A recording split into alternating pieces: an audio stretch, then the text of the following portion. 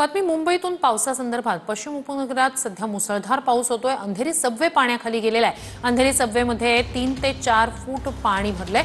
पावसामुळे सखल भागात आता पाणी साचायला सुरुवात झाली। अधिक या सगळ्या संदर्भात जाणून घेऊया आपले प्रतिनिधी वैभव घाग यांच्याकडून। वैभव, आत्ताची स्थिती काय?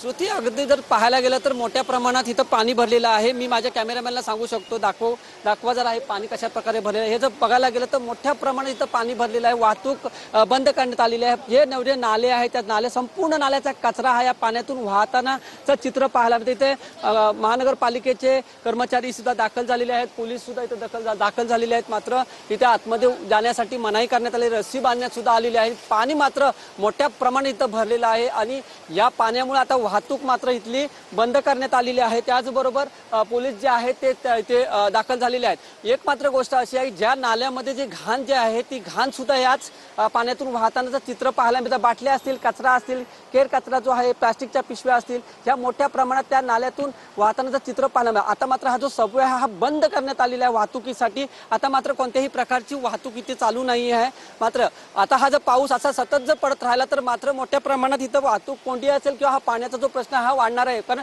आजूबाजूच्या ज्या सोसायटी आहे त्या सोसायटीमध्ये सुद्धा पाणी भरलेलं आहे। काहींच्या ज्या गाड्या ज्या आहेत त्या गाड्या सुद्धा पाण्यामध्ये अडकलेल्या आहेत। त्याचबरोबर हवामान खात्याने सुद्धा सांगितलं, हा जो पाऊस आता आज दिवसभर पडणार असल्याचं हवामान खात्याने सुद्धा सांगितलेलं आहे। त्यामुळे आता मात्र हा जो पाऊस थोडासा थांबलेला आहे, परंतु पाणी काय मात्र कमी झालेलं नाही। पाण्याचा जोर हा वाढलेला आहे। याचं कारण असं सगळे जे नाले आहेत त्या नाल्याचं पाणी या इथे सबवेमध्ये आलेलं आहे आणि मोठ्या प्रमाणात कचरा सुद्धा ह्या त्यामध्ये आलेला आहे। त्यामुळे आता मात्र पाहणं उत्सुकतेचं आहे, पाणी कधी खाली होणार, कारण